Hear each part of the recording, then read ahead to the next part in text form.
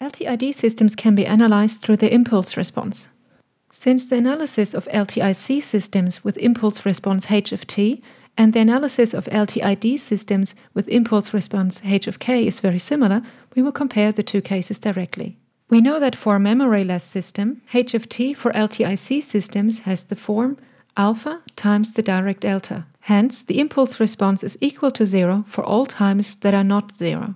The impulse response of an LTID system is of the form alpha times the discrete delta k. So the condition for the impulse response is again that it has to be 0 for all times unequal to 0.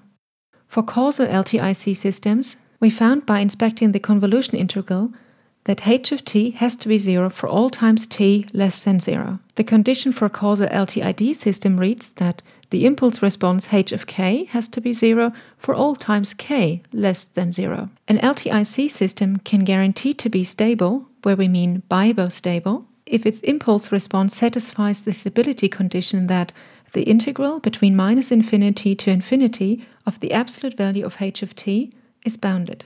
For LTID system, the stability condition reads that the sum for k equals -infinity to +infinity of the absolute value of h of k has to be less than infinity, or in other words, has to be bounded.